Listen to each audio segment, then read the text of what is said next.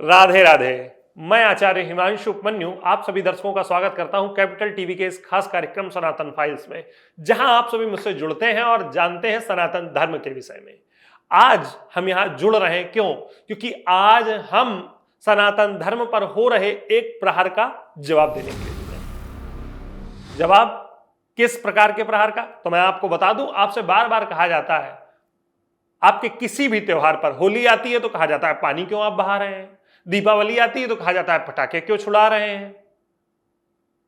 कुछ भी हो जाए, कैसी भी स्थिति हो जाए, विधर्मी या अधर्मी दोनों ही आप पर सवाल करने के लिए हमेशा तैयार रहते हैं। एक सवाल बहुत चलता है दीपावली आते ही, सनातन धर्म में कहीं भी पटाखे छुड़ाने का उल्लेख ही नहीं है। ये तो क्या वो टीपू सुल्तान कब से जो है कहते हैं कि जो है रॉकेट आ गई तो जो है बम आ गए, हथगोले आ गए, उससे पहले भारत में ऐसा कुछ था ही नहीं, बारूद जैसी कोई व्यवस्था ही नहीं थी। अरे भाई, पढ़ लिए होते दो चार किताबें तो आपको शायद समझ में आता कि सनातन धर्म है क्या, कहां से। तो मैं आज आपको बताने वाला हूं किस पुराण में, किस पुस्तक में हमारे यहां उल्लेख है दीपावली में पटाखे से मिलता जुलता, या आपके अनार या आपकी फुलझड़ी या आपके रॉकेट से मिलते जुलते उल्लेख है। तो आइए आरंभ करते हैं, जानते हैं। तो सबसे पहले मैं आरंभ करने से पहले आपको एक बात और बता दूं, आज मैं सिर्फ दीपावली में पटाखे छुड़ाने को लेकर के ही आपके सामने नहीं आया हूं। आज मैं दीपावली महापर्व के आसपास पड़ने वाले हर त्योहार के विषय में आपकी आंखें खोल देने वाले जानकारियां लेकर आया हूं, जो सच में समाज में और जहां भी आप रह रहे हैं वहां आपके लिए सनातन धर्म के खिलाफ अगर कोई बोलता है तो आपके पास जवाब देने के लिए पर्याप्त तार्किक कारण होंगे इस वीडियो को देख लेने के बाद। तो आइए आरंभ करते हैं। सबसे पहले मैं आपको बता दूं, पहले भी एक वीडियो हमारा है जिसमें नवरात्रि के विषय में मैंने आपको बताया है कि देवीमद् भागवत पुराण में उल्लेख है कि नवरात्रि इस कारण से इस समय आती है क्योंकि ये सीजनल चेंज होता है, ऋतु परिवर्तित होती है, मौसम परिवर्तन होता है, जिसमें व्यक्ति के बीमार होने की स्थितियां लगातार बनी रहती हैं। इसलिए नवरात्र में व्रत रहने की व्यवस्था बनाई गई, पूजा करने की व्यवस्था बनाई गई, ताकि व्यक्ति अपनी ऊर्जा को बढ़ा सके। ठीक, अब आगे बढ़ते हैं। अगला, अब दीपावली का सीजन शुरू होता है तो सबसे पहला त्योहार क्या है दीपावली में? सबसे पहला त्योहार है धनतेरस, जिसे कहते हैं धनवंतरी जयंती। धनतेरस के दिन लोगों ने क्या बना लिया, कहें सारी शॉपिंग उसी दिन होनी है। बिल्कुल, धनतेरस के दिन जाइए, आप कुबेर पूजन करिए, अपना जो है कुछ खरीद कर लाइए, ठीक है, लेकिन उसका सनातन धर्म में लॉजिक बेस्ड क्या कारण है आपको वो समझना होगा। सनातन लॉजिक के बिना नहीं चलता है। हां, कुछ लोग कह सकते हैं कि भाई हमारी कहानी थी, कहानी नहीं थी, वास्तविकताएं थी बहुत सारी। धन्वंतरी जयंती के पीछे का कारण क्या है? धन्वंतरी को आप सब लोग शायद ना जानते हो, तो धन्वंतरी के लिए दो उल्लेख मिलते हैं। एक मिलता है काशी में जन्म का, कि उन्होंने 7000 बीसी के आसपास काशी में जन्म लिया, जो धन्वंतरी भगवान हुए, और दूसरा समुद्र मंथन के समय की जो है घटना है, जब कहा जाता है कि वो जो है वहां पर उत्पन्न हुए भगवान विष्णु का स्वरूप थे। कहीं उन्हें जो है काशी में जब जन्म की बात आती है तो कहीं उन्हें दीर्घ तपा का, तो कहीं जो है धनवे के पुत्र बताए गए हैं। तो ऐसे धन्वंतरी भगवान, इन्हें क्यों पूजा जाता है? क्यों? क्योंकि आप देख रहे होंगे लगातार जो है सीजनल चेंज की वजह से व्यक्ति बीमार होता रहता है। तो दीपावली आई तो पहली व्यवस्था क्या बनाई गई? धन्वंतरी जयंती, अर्थात औषधियों का ज्ञान, जिसे मेडिकल साइंस कहा जाता है आज के समय में, उसकी जानकारी, उसकी समझ, हम उसकी पूजा कर रहे हैं। अर्थात आपके आसपास आपके खाने पीने में जो परिवर्तन होना है उसकी जानकारी आपको होनी चाहिए। आपको चिकित्सा संबंधी जानकारी होनी चाहिए, क्योंकि आपने पिछले जो समय बीता उसमें अपनी जो स्वास्थ्य से जुड़ी हुई समस्याएं थी उनका सामना किया है। तो इसलिए सबसे पहले धन्वंतरी जयंती। अब दूसरी चीज अगली होती है नरक चतुर्दशी। नरक चतुर्दशी के दिन होता क्या है? जानकारी है आपको? नहीं होगी। नरक चतुर्दशी के दिन आपके घर की सफाई करने का उल्लेख मिलता है पुराणों में, कि आप इस दिन अपने घर की सफाई करें। जहां आपके घर की नाली निकलती हो, जहां से आपके घर का कचरा जो है पानी के द्वारा बहकर जाता हो, उस स्थान की सफाई करें, और साथ ही उस स्थान पर दीपक जलाकर रखें। कहा जाता है इस दिन, कहानियों के माध्यम से जो हमें सिखाया गया, समझाया गया, इस दिन आपके घर की अलक्ष्मी जो है आपके घर से बाहर जाती है। सीजनल चेंज है, जहां पानी जमा होता है वहीं डेंगू होता है। डॉक्टर साहब ने कब खोज की? 100 साल पहले, 150 साल पहले। और मैं आपको कब की बात बता रहा हूं? 7000 BC। सनातन धर्म बहुत बृहद, बहुत समझ के साथ बहुत पुराना धर्म है, बस आप इसे जानते नहीं है, इतनी सी बात हो सकती है। तो मैं आपसे कब की बात कर रहा हूं? 7000 BC की, कि हमारे यहां तब व्यवस्था बनाई गई कि किसी भी ठहरे हुए पानी की सफाई बहुत आवश्यक थी।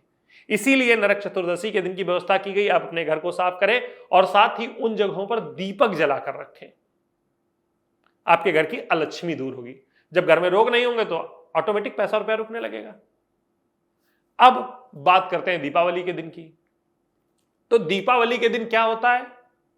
लक्ष्मी जी और गणेश जी की पूजा होती है। तो मैं आपको बता दूं, भगवान गणपति विद्या बुद्धि के दाता हैं, मैं पहले भी आपसे ये कह चुका हूं, तो आपकी समझ विकसित हो इसलिए भगवान गणपति तो हैं ही।